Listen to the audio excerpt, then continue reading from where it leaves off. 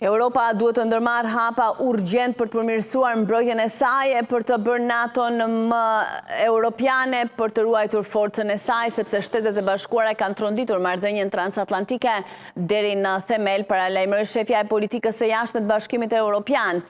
Shtetet e Bashkuara do të vazhdojnë të jenë partnerë dhe aleati i Europës, tha Kaja Kallas në një konferencë për mbrojtjen, por asnjë fuqi e madhe nuk duhet të kishte transferuar mbijetesën e saj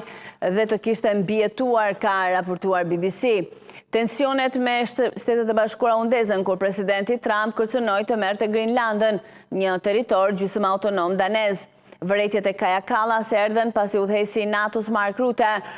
shkaktuan reagime të ashpra kur u tha ligjvënësve europian se duhet të vazhdojmë të ëndërrojnë nëse mendonin se Europa mund të mbrojë pa Shtetet e Bashkuara. Ministri i jashtëm francez Jean-Noël Barrot reagoi ndaj komenteve të sekretarit të përgjithshëm të martën, duke thënë se jo i dashur Mark Rutte, europianët mund dhe duhet të marrin kontrollin e sigurisë së tyre, edhe Shtetet e Bashkuara janë dakord, është shtylla europiane e NATO-s. Kaja Kallas tha se në administratën Trump, Europa nuk ishte më qendra kryesore e gravitetit të Washingtonit dhe kontinenti duhet të ndryshonte kulturën nga të menduarit si kombe në drejtim të veprimit të përbashkët si europian.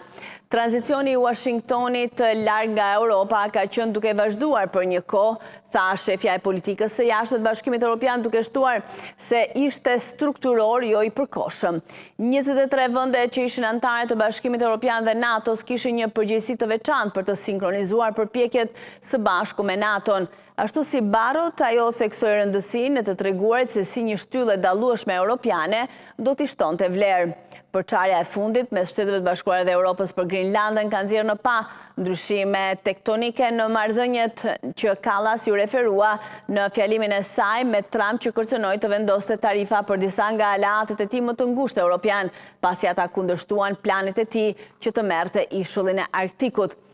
Mark Rutte u vlerësua javën e kaluar për qetësimin e tensioneve mes Trump dhe udhëheqësve europian, kur presidenti amerikan hoqi dorë nga kërcënimi i tij gjatë bisedimeve me shefin e NATO-s në periferi të Davosit. Trump tha se po shqyrtonte një marrëveshje të mundshme për Grenlandën, megjithse ende nuk janë zbuluar detajet, por Mark Rutte tha se bisedimet kanë nisur, gjë që u konfirmua dhe nga Marco Rubio.